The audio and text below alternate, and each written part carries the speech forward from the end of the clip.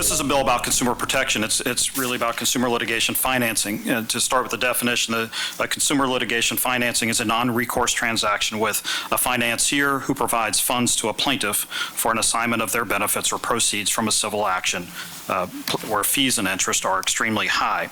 The problem is that a modest loan can consume all of the plaintiff's award. Plaintiffs don't know what they're getting into. The terms are not clearly stated, calculations are complicated, and the true cost of the plaintiff is frequently hidden. This changes the dynamics of litigation and lawsuit resolution, driving up litigation costs.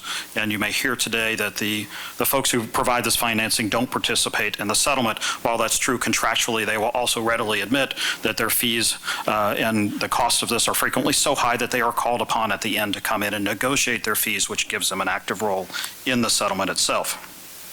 Right now, these are completely unregulated. It's the wild, wild west.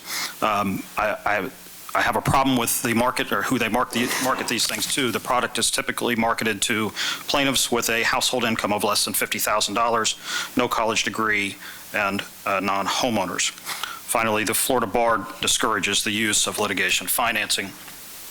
11 other states have addressed the issue already. Some or all of what is proposed in this bill is occurring in other states. New York and South Carolina regulate through an administrative action.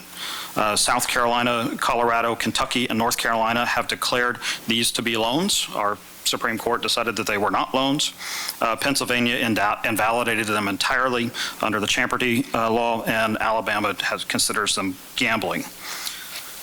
I'm going to go quickly through what the bill does. There are a number of different things, and I'll move through them as quickly as I can. Specifically, the PCB requires a litigation financer to register with the Department of State. It requires the financer to file a $250,000 bond. It allows the department to revoke a litigation financer's registration for noncompliance. It gives the department rulemaking authority relating to registration bonds and registration revocation. It requires the litigation financing contract terms to be set forth in a written contract completely filled out. It requires mandatory contract terms, including a right of rescission without penalty.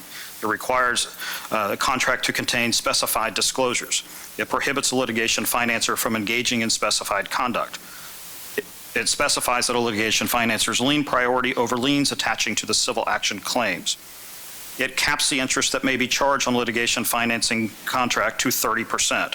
It caps charges and fees at $500 per civil action or claim. It requires the disclosure of the litigation financing contract to the opposing party and to the court. It protects the attorney-client privilege. And finally, the PCB provides that a violation of the Act is a violation of Florida's Unfair and Deceptive Trade Practices Act. Folks, this bill does not ban the practice.